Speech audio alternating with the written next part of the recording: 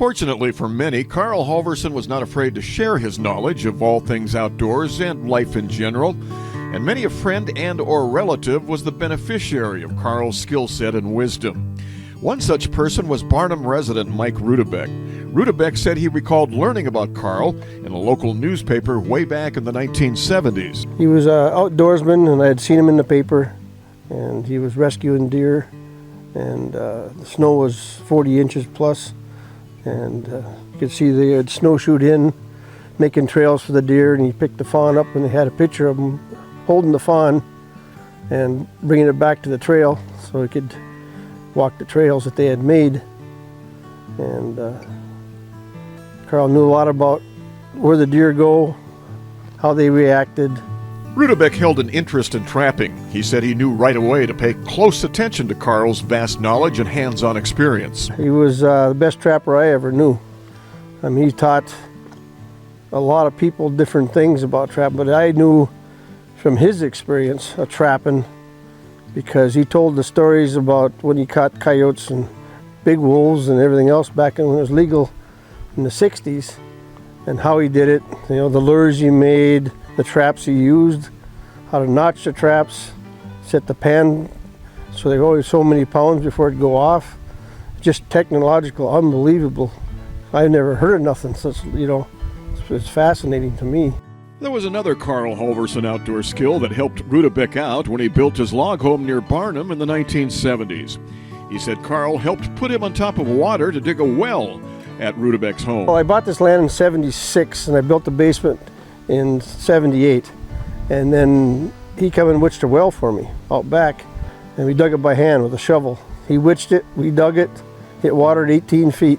I never seen that before. You grab a willow stick, carve it, and then he hells it a certain way. He bends that stick, and then when it starts coming down, he knew exactly where the water was. Carl was also very quick and willing to help out a neighbor when called upon. Another story Rudebeck shared was about bullet rationing during World War II and how that had an effect on rural survival. The Second World War, you got issued 5 bullets with your license. So all the neighbors brought the bullets to Carl. Carl would give him a deer.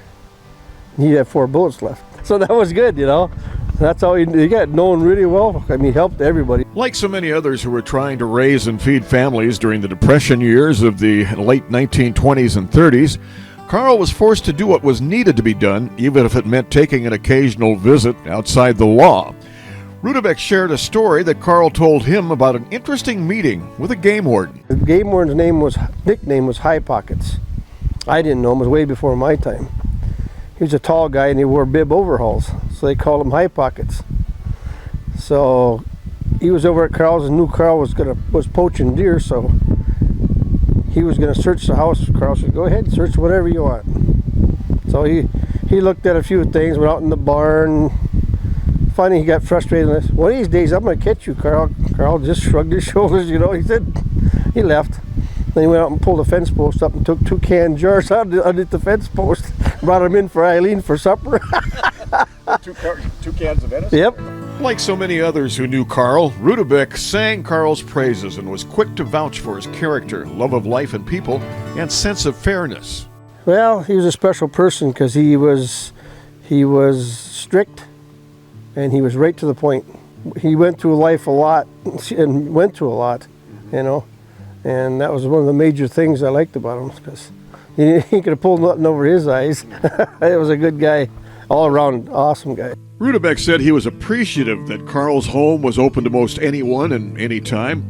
He said that he learned not only outdoor skills from Carl over a cup of coffee or a business trip to the woods, he also learned about life in general and what it takes to become a good man.